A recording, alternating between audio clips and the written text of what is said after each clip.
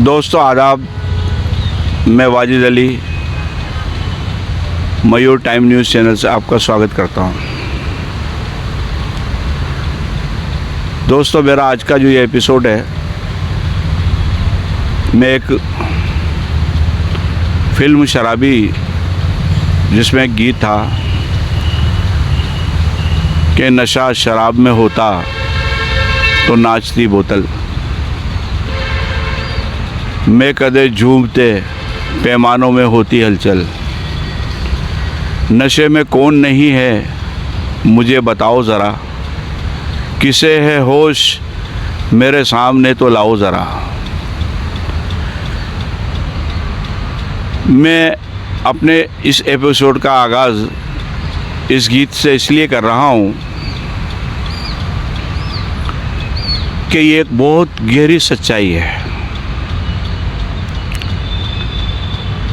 आज हमारे आदरणीय प्रधानमंत्री नरेंद्र मोदी जी पे लोग लगे नए नए तरीके से नए नए इल्ज़ामात लगा रहे हैं। उन्हें सोशल मीडिया पे गलत तरीके से पेश किया जा रहा है, कभी कार्टून बनाकर, कभी उनकी बुराई करके, कभी उन्हें कुछ किए कर। मगर आप ये देखिए उनका धैर्य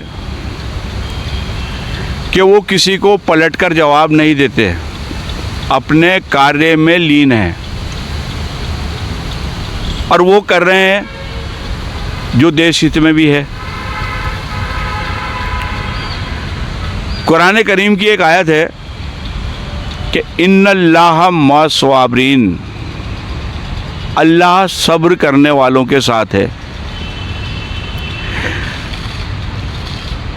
श्रीमान प्रधानमंत्री नरेंद्र मोदी साहब ने इस आयत को यकीनन तौर पर अपने जीवन में फॉलो किया है।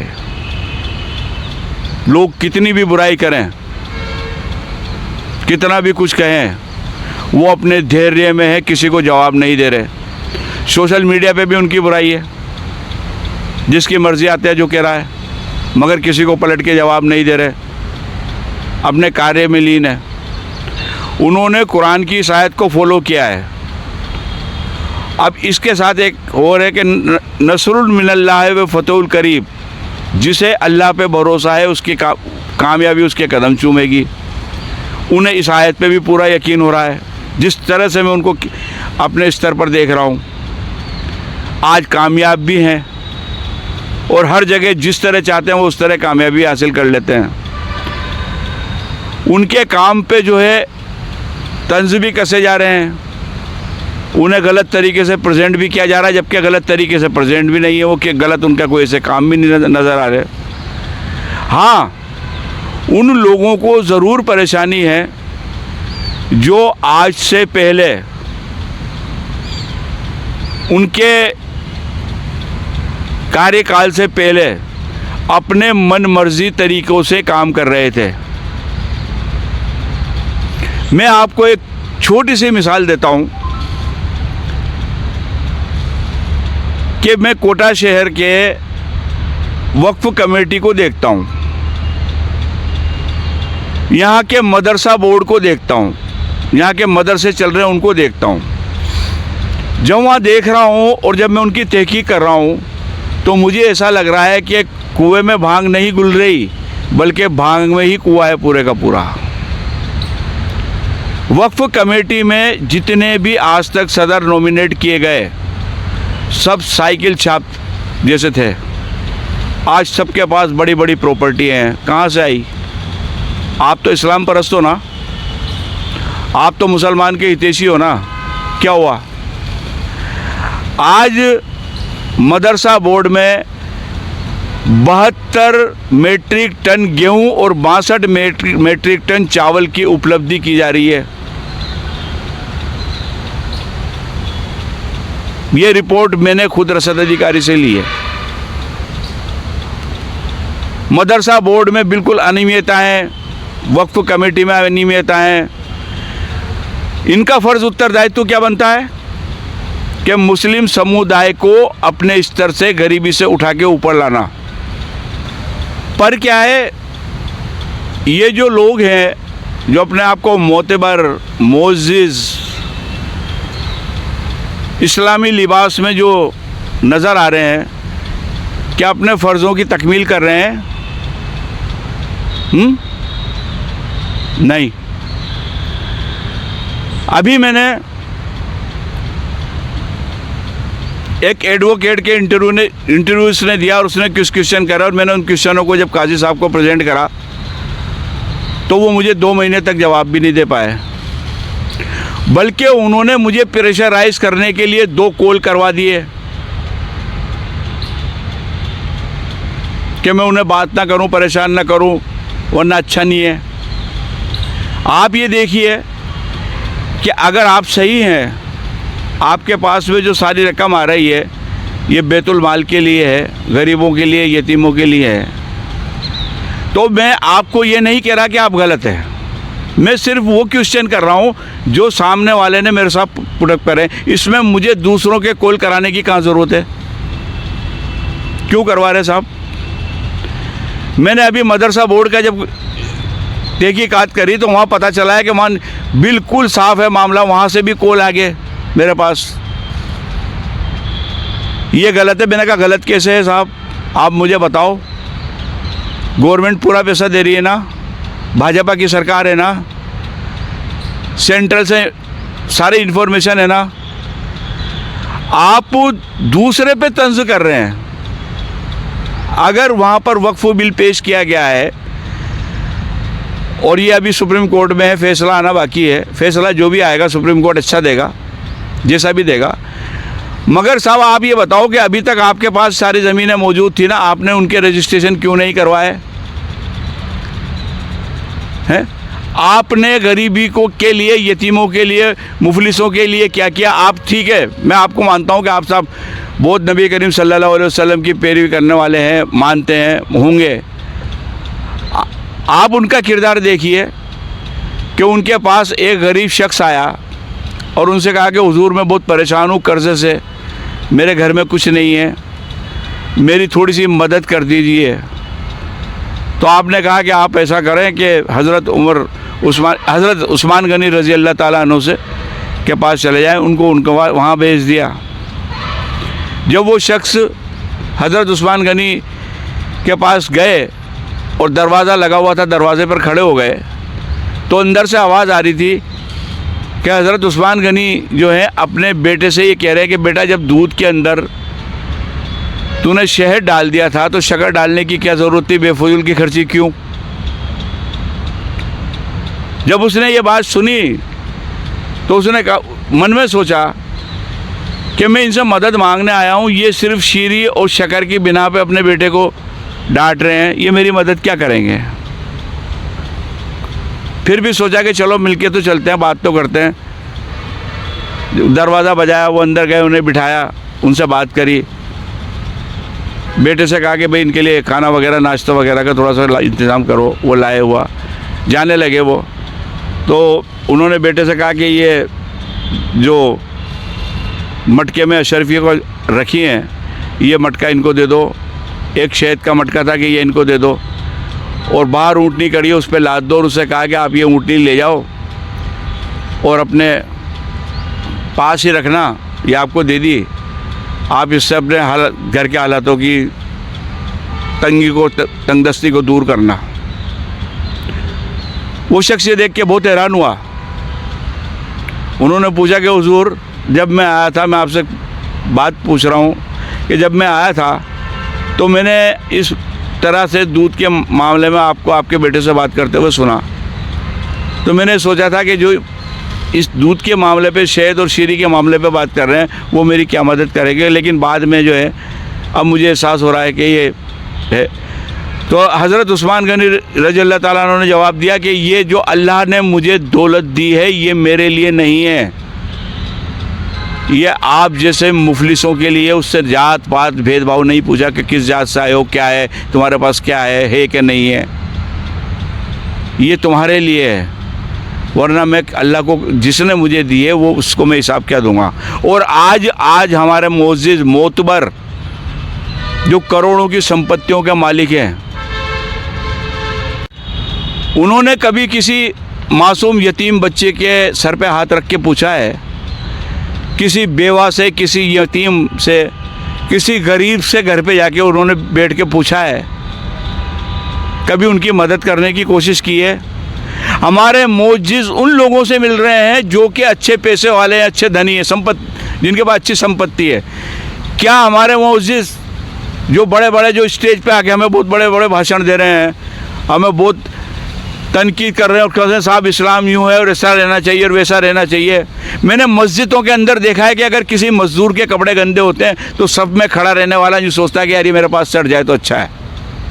ये मैंने माहौल खुद देखा अपनी आंखों से। क्या कर रहे हैं हम? क्या हम इस्लाम परस्त हैं? आप ये देखिए RSS के अंदर, उनके अंदर एकजुटता देखिए।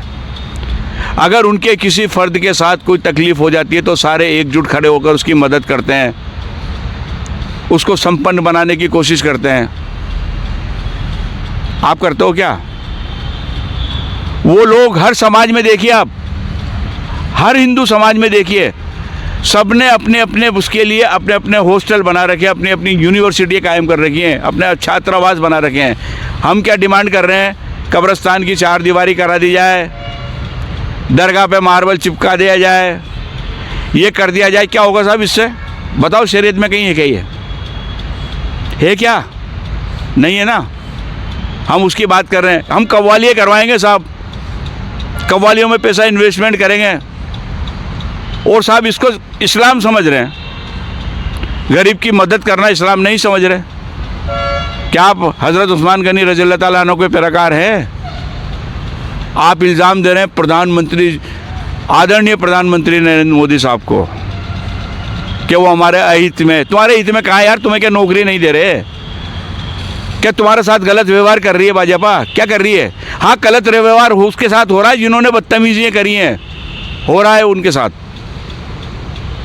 उन गुंडों के साथ हो रहा है जो स्ट्रीट शीटर होने के बावजूद बहुत बड़े बड़े आलिम और फाजिल बने हुए फिर रहे थे, उनके साथ हो रहा है।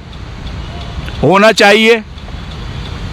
हज़रत उमर फारूक रज़ियल्लाहु ताला अन्हु अपने साथ दुर्रा लेके घूमते थे। किसी का गलत काम, इतना खौफ था, होना चाहिए ना खौफ, तो वो खौफ पैदा कर रहे हैं अपने अंदर, वो डाल रहे हैं क्योंकि वो सही चल रहे हैं।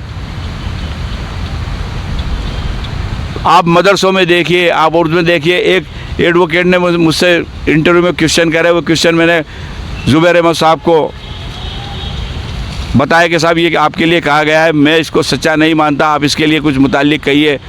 उन्होंने मुझे कभी दोबारा फ़ोन नहीं करा, मैंने कई फ़ोन करे।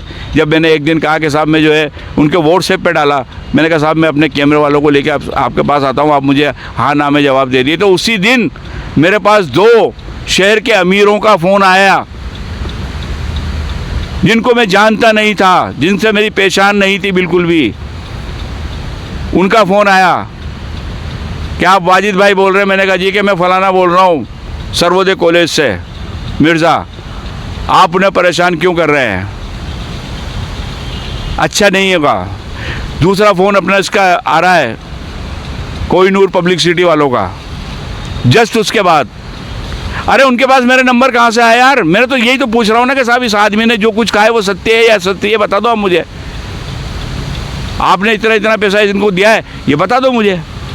मदरसा बोर्ड में जब मैंने अपना काम शुरू करा तो मदरसा बोर्ड के यहाँ से मेरे पास फ़ोन आए आगे, आपने जो है टाइटल के अंदर मदरसों क्यों लिखा, मदरसा क्यों नहीं लिखा? मैंने कहा है ये 85% मदरसे हैं ऐसे।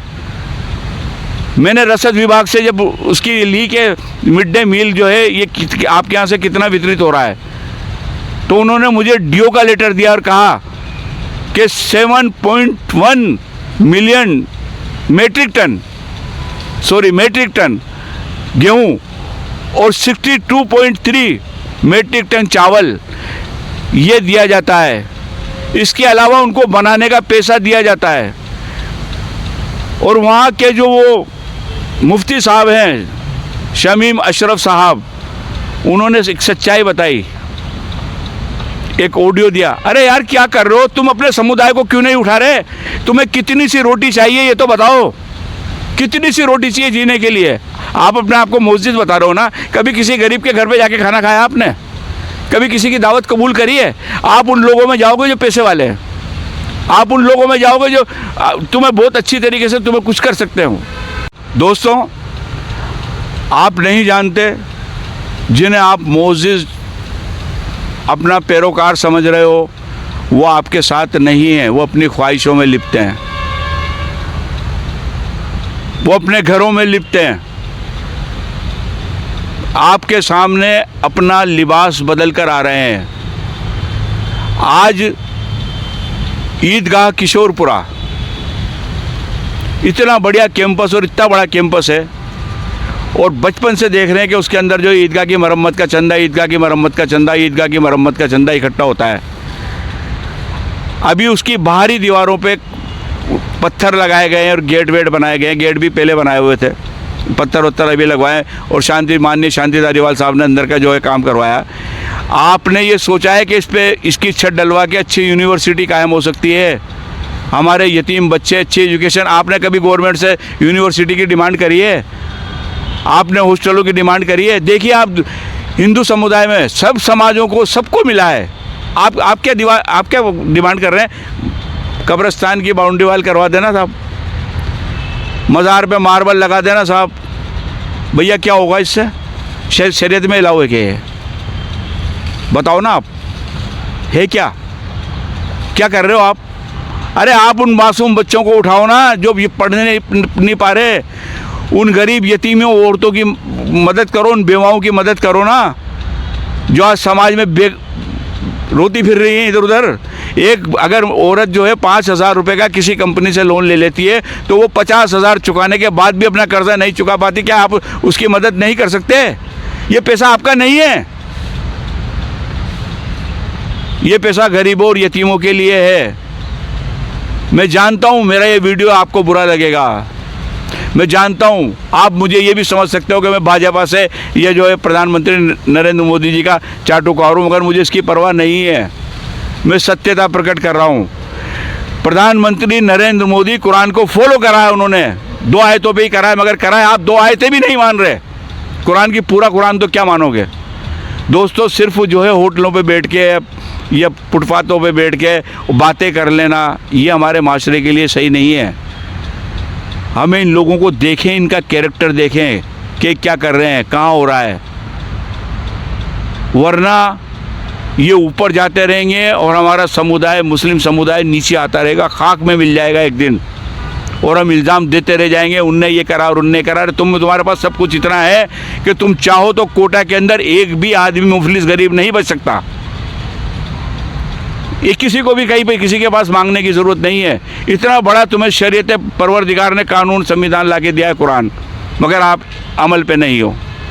दोस्तों, सोचिए, समझिए। आप मुझे गलत कहने से पहले ये देखिए क्या मैंने गलत कहा है, जो गलत है या सही है, विचार कीजिए। इंशाअल्लाह अगले वीडियो में फिर आपके सामने हाजिर होता हूँ नई बात को लेके। अल्लाह हाफ़िज़।